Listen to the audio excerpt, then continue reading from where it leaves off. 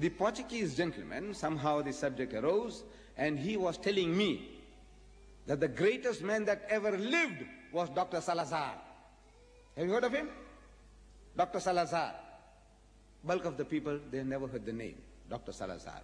But you can't take exception to his claim because he only knows Dr. Salazar. Can you see? To him, Portuguese gentleman, he must have done great work for his nation. He is the greatest man that ever lived, Dr. Salazar. So it's quite easy for one to idolize one's own hero. But if the tribute, the praise, the testimony comes from the opposite camp, that would be testimony indeed. We praise our Nabi Kareem Sallallahu Alaihi Wasallam, the Christian praises Jesus Christ, the Hindu praises Rama and Krishna. It's natural. But if the enemy praises your hero, then that is real praise indeed. You agree? Coming from the enemy.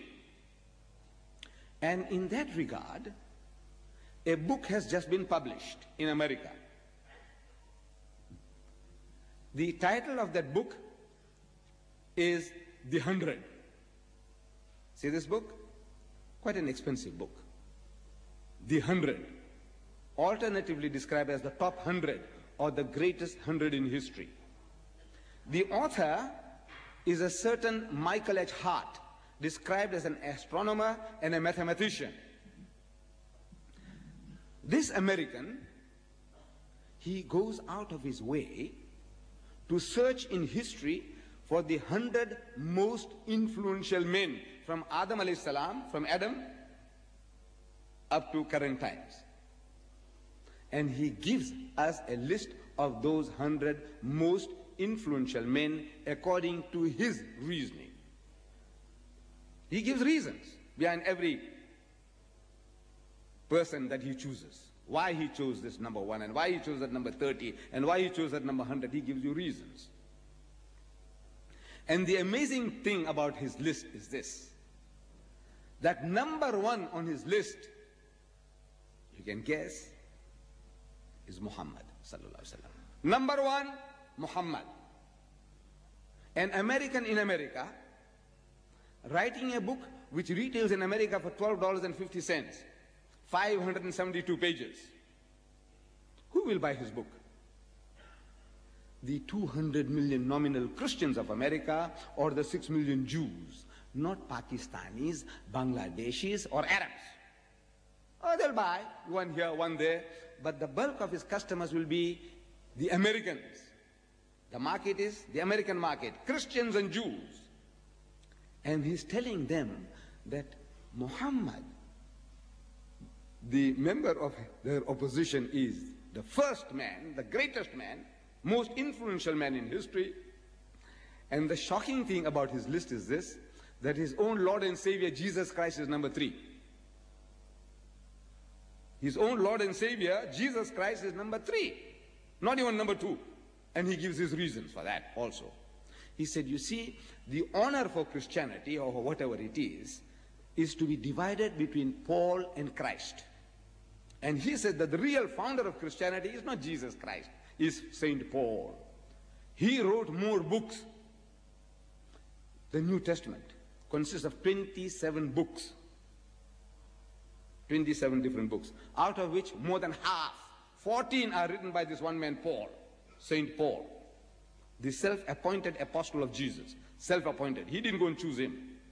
He chose 12.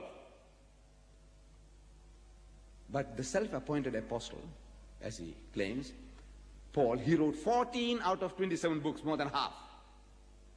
And everything that the Christian is preaching today is not the preachings of Jesus, are not the teachings of Jesus, are the teachings of Paul. See, whenever we have an argument with the Christian, we are asking him, do you keep the laws and the commandments? Because Jesus said so. One jot or one tittle shall in no wise pass from the law till all be fulfilled. Do you keep the laws and the commandments? He said, whosoever therefore shall break one of these least commandments, or shall teach men so, shall be called the least in the kingdom of heaven. But whosoever shall do and teach, shall be called great in the kingdom of heaven. Do you keep the laws and the commandments? He says, no. So why don't you?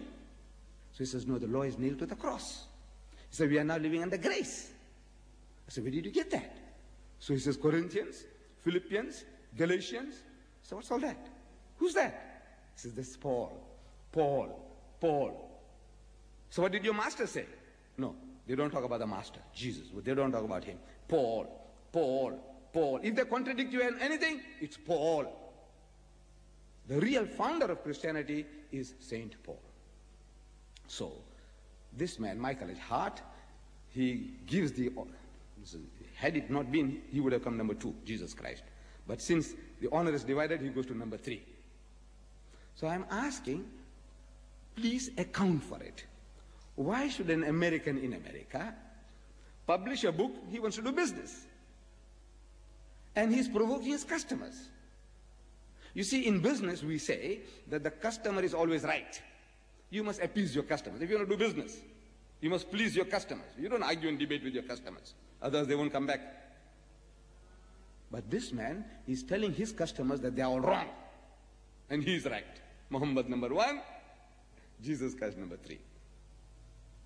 Now, if a Christian confirms what Allah Bari Ta'ala has already told us in the Holy Quran, He says, وَإِنَّكَ لَعَلَىٰ خُلُقٍ عَظِيمٍ. So most certainly thou, O Muhammad, standest on the highest pinnacle of behavior. It makes us happy that a Christian in America, he goes to confirm what the Quran stated 1400 years ago. But the problem is, I say, account for it. We are asking the unbeliever, account for this. Why should he go out of his way and provoke his customers? So some cynic, jocular fellows, sarcasm, they say maybe some Arab might have bribed this fellow.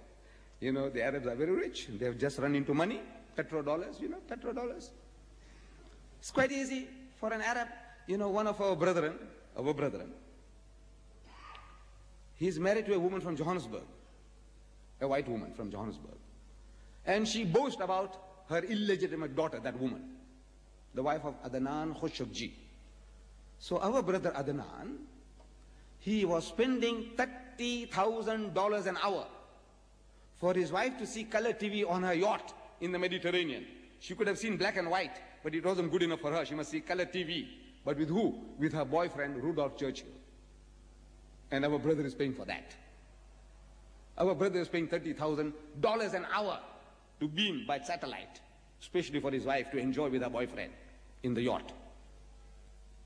Another of our brethren, he goes to the Australian waters to do fishing. Blue marlin, it's that game fish. You might have seen it on TV. When you hook that, it flies out of the water like a bird, and it's a fighting fish. So he went to catch blue marlin in the Australian waters. He didn't catch anything, poor fellow.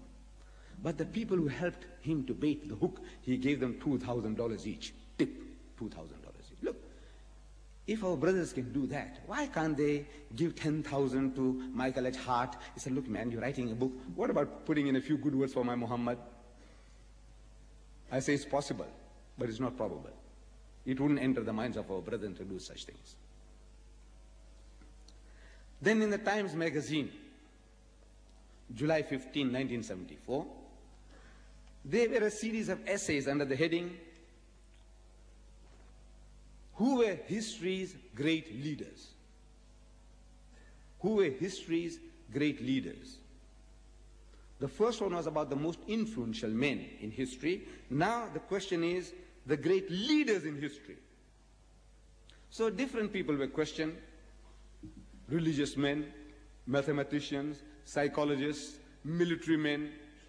Who do you think was the greatest leader of all time? You. Who do you think was the greatest leader of all times? And each according to his knowledge and experience, like that Portuguese gentleman I referred to you, they gave the heroes. Some said Mahatma Gandhi, some said Confucius, some said Hitler. Not good or bad. We're not talking about good or bad. But from the point of view of leadership, the guy was great.